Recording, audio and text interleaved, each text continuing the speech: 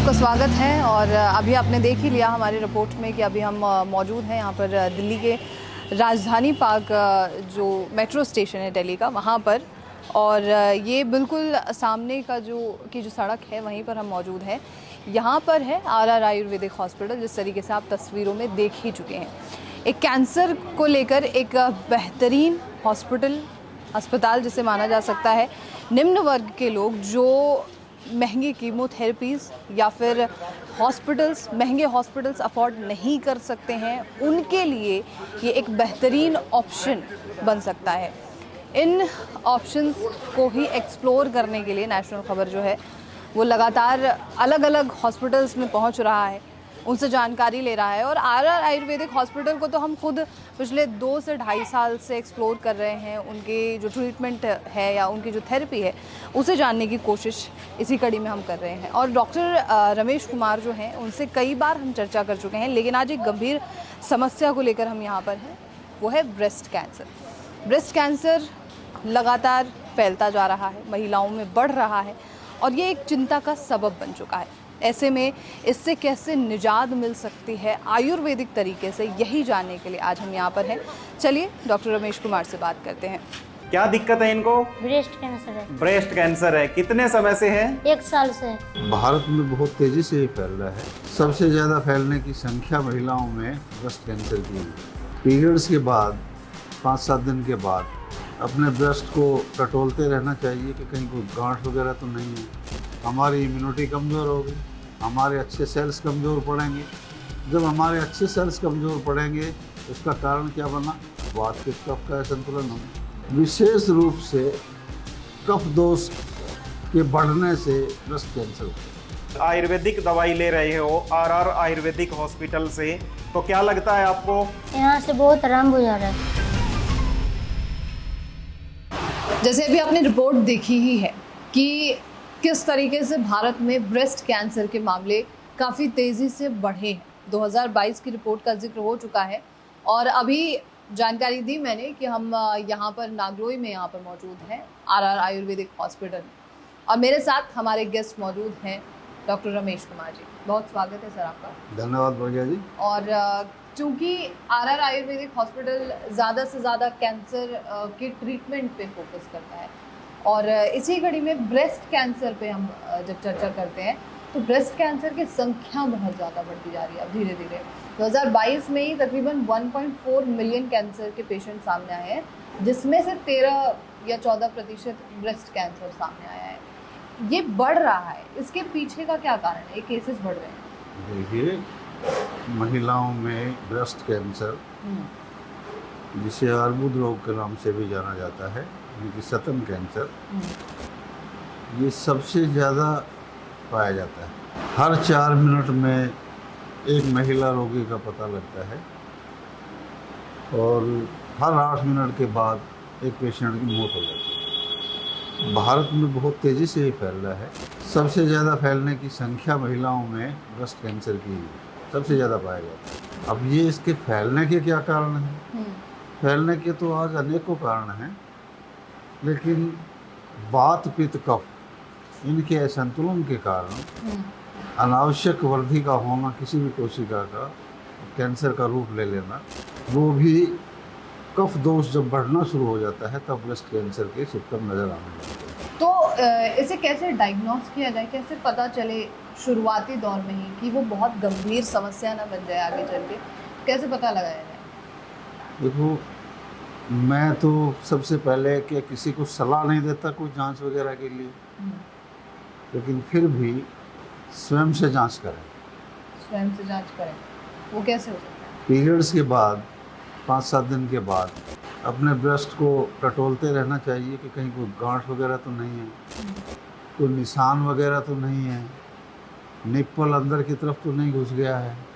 ऐसे खुद से जांच हो जाती है, पता लग जाता है कि हाँ भाई मुझे कोई समस्या है।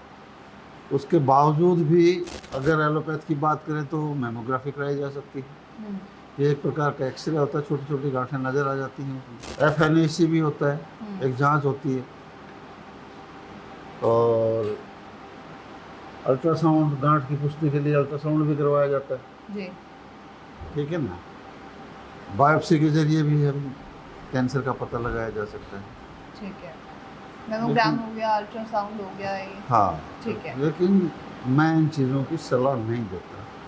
एक बार जो कैंसर डिटेक्ट हो गया, और मैं बार बार ये कहता हूँ, अगर बेनाइन कैंसर भी है, बार बार मैं बेनाइन का जिक्र कर चुका हूँ, उसको अगर छेड़ दिया जाए तो वो मैलिग्नेंट बन जाता है, गंभीर स्थिति में पेशेंट पहुँच जाता है। तो जांच से तो बचना ही चाहिए जहाँ तक बचा जाए, क्योंकि रेडिएशन की मात्रा बहुत ज़्यादा होती है। पेशेंट को इस बातों को ध्यान रखना चाहिए।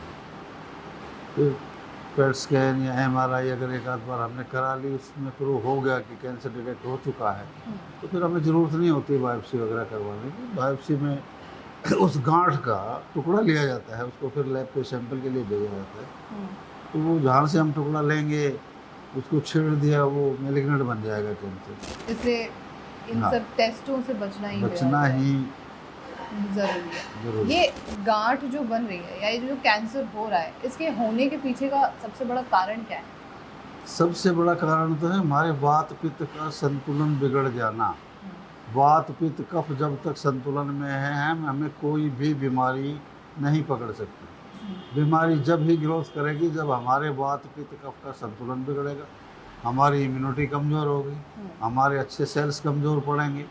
जब हमारे अच्छे सेल्स कमज़ोर पड़ेंगे, उसका कारण क्या बना? वात पित्त कफ का संतुलन होगा। जब हमारे अच्छे सेल्स कमज़ोर पड़ रहे हैं, तो कौन सी बीमारी के सेल्स हमारे अच्छे सेल्स को ख़त्म कर रहे हैं, वही बीमारी हमें लग जाती है। ऐसे ही कैंसर की समस्या है। कैंसर के सेल ने हमारे अच्छे सेल्स को ख़त्म कर दिया तो कैंसर बन जाएगा। विशेष रूप से कफ दोष के बढ़ने से ब्रेस्ट कैंसर होता है। कफ दोष के बढ़ने जी। से। अच्छा, कुछ ऐसे न्यू मदर्स होती हैं जो बच्चों को फीड नहीं करा पाती हैं, तो क्या फीड ना कराने की वजह से भी आगे चल के कोई ऐसी समस्या हो सकती है? हाँ, बिल्कुल हो सकती है। बिल्कुल, ऐसी बहुत सी नहीं है, काफ़ी मात्रा है। मैं तो कहता हूँ कि 60-70% लेडीज ऐसी हैं जो अपने बच्चों को दूध नहीं पिलाती। अब उसका कारण कुछ भी हो सकता है, कुछ भी है क्या? लाइफस्टाइल आजकल। अब क्या बताऊँ उसके बारे में, तो कहते हुए भी शर्म आती है। ठीक है, जैसे भी चल रहा है। तो ये आगे चल के कैंसर का रूप ले सकता है अगर नहीं treat करें। बिल्कुल ले सकता है। बिल्कुल। इसका ट्रीटमेंट क्या है सर? आयुर्वेद में क्या? देखिए, आयुर्वेद में तो पहले तो पंचकर्म के माध्यम से शोधन किया जाता है, जैसे वमन करवाया जाता है। वमन से कफ दोष को दूर किया जाता है। विरेचन होता है, विरेचन से पित्त दोष को शांत किया जाता है। बस्ती होता है, बस्ती थेरेपी होती है। वात रोग को ठीक किया जाता है। इसके अलावा रेज थेरेपी, रक्त मोक्षण कहते हैं, गंदे खून को बाहर निकाला जाता है। यानी कि पूरी बॉडी को पंचकर्म के माध्यम से डिटॉक्स किया जाता है और उसके बाद में शमन करवाया जाता है। मेडिसिन के, आयुर्वेदिक औषधियों के जरिए से इसका शमन करवाया जाता है, बीमारी को कंट्रोल किया जाता है। तो आयुर्वेद में तो ये उपचार है और बेस्ट है, सबसे कारगर। बेस्ट क्या है? ये उपचार सबसे बेस्ट है और कारगर है। कारगर है। अच्छा। हाँ। तो जो लोग आयुर्वेद को स्लो मानते हैं, जो लोग मानते हैं कि आयुर्वेद कारगर नहीं है, उनके लिए आप क्या कहेंगे? कई ऐसे पेशेंट्स हैं। बहुत से पेशेंट हैं, उनकी समय हर तरह के जीव हैं इस धरती पे। जी। सच्चाई बयान कर रहा हूँ। उनका ये मानना होता, कुछ एक का तो ये मानना होता है कि मैं आयुर्वेद भी लूँ, मैं एलोपैथ भी लूँ, सब मिला के मैं सब कुछ ले लूँ, कोई बताए वही काम मैं करूँ, मैं जल्दी ठीक हो जाऊँ। ऐसा नहीं होता है। बहुत ही आराम से, अगर जड़ पे प्रहार करना है किसी भी बीमारी पे, तो आयुर्वेद का सहारा लेना ही पड़ेगा। कंट्रोल करना है कुछ समय के लिए, तो ये तो आम जनता देख रही है, पेशेंट भुगत रहा है कि किस प्रकार से कंट्रोल किया जा रहा है, कौन सी पद्धति में कंट्रोल है, कौन सी पद्धति में जड़ से इस बीमारी को ठीक किया जा रहा है। इसको किसी भी बीमारी को। तो कोई ऐसा पेशेंट आया है जो हर जगह से इलाज ले चुका हो? ऐसे ही तो आते हैं। अब ब्रेस्ट कैंसर पे ले लो, हाँ। तीसरी या चौथी स्टेज पे जाके पता चलता है कि ब्रेस्ट कैंसर हुआ है। तो पेशेंट ऐसे ही आते हैं। बिल्कुल। और हर जगह से थक हार के ही पेशेंट आयुर्वेद का सहारा लेते हैं और फिर वो ये समझते हैं कि मैं कुछ समय में ही ठीक हो जाऊँ। वो जल्दी ही ठीक होना चाहता है, मतलब 6 महीना साल भर भी वो शायद सब ट्रीटमेंट ना कुछ ही ले। आर्टिफिशियल चाहिए ना, जल्दी ठीक होना इसलिए चाहते हैं कि सब कुछ आर्टिफिशियल चाहिए उनको, फास्ट चाहिए उन्हें सारी चीज़ें। फास्ट। तो जिन पेशेंट्स के बारे में हम जिक्र कर रहे थे, कोई ऐसा पेशेंट हो जिसके बारे में आप बता सकें? हाँ, पेशेंट मैं आपको भेज दूंगा ना, रिपोर्ट जी। भेज दूंगा मैं आपको। उन पेशेंट की रिपोर्ट आप हमसे हाँ। साझा कर दीजिएगा। और अगर कोई और पेशेंट जैसे कोई बंगाल से आना चाहे, कर्नाटक से आना चाहे या ट्रीटमेंट लेना चाह रहा है, वो कैसे कर सकता है? देखो, हमारे पास मेरे अटेली हेडक्वार्टर पे, अटेली मंडी मुख्यालय जहाँ मेरा है, वहाँ सारी सुविधाएं उपलब्ध हैं। पंचकर्मा अगर कोई करवाना चाहे तो रहने खाने का सारा व्यवस्था है वहाँ पे। उसके बाद में हम मेडिसिन प्रोवाइड करवाते ही हैं। किसी प्रकार की कोई दिक्कत नहीं है, हिंदुस्तान के किसी भी कोने से पेशेंट हमारे यहाँ आ सकते हैं। ठीक है सर, बहुत बहुत शुक्रिया आपका doctor Amit Kumar ji, thank you so much sir. धन्यवाद। तो ये थी पूरी जानकारी। और अभी हमने ब्रेस्ट कैंसर के बारे में बात की है और जिन पेशेंट का जिक्र किया गया है उन पेशेंट के बारे में आप देखिए। आप देख रहे हैं अभी हमारे साथ एक पेशेंट बने हुए हैं। हाँ जी, कहाँ से हैं? मोतिहारी बिहार से। मोतिहारी बिहार से हैं। क्या दिक्कत है? कौन है ये? आपके क्या लगते हैं? मेरा मम्मी है। आपके मम्मी है ये। क्या दिक्कत है इनको? ब्रेस्ट कैंसर है। ब्रेस्ट कैंसर है। कितने समय से है? 1 साल से। 1 साल से ब्रेस्ट कैंसर है। तो आपने क्या क्या ट्रीटमेंट करवाया, कहाँ से ट्रीटमेंट लिया है? इनको केमो चढ़वाए ना, पूरा हालत बिगड़ गया है इनका। अच्छा, कीमो चढ़वा चुके हो आप? हाँ। और कीमो चढ़वाने के बाद हालत बिगड़ गया है? पूरा बिगड़ गया हालत। बिगड़ गया है। कहाँ कहाँ से दवाई ली है अभी तक आपने? हम बहुत जगह जगह से दवाई लिए हैं। बहुत जगह जगह से दवाई ली है। तो अभी आप आयुर्वेदिक दवाई ले रहे हो आरआर आयुर्वेदिक हॉस्पिटल से, तो क्या लगता है आपको? यहाँ से बहुत आराम बुझा रहा है। बहुत आराम मिलेगा और भी मिलेगा आराम, ये ठीक हो जाएंगे। बस जो आपको परहेज बताए हैं, दिनचर्या बताई है, उसको अच्छे से फॉलो करना है। अभी इनको बहुत अच्छा आराम है और बहुत अच्छा आराम मिलेगा इनको ब्रेस्ट कैंसर में।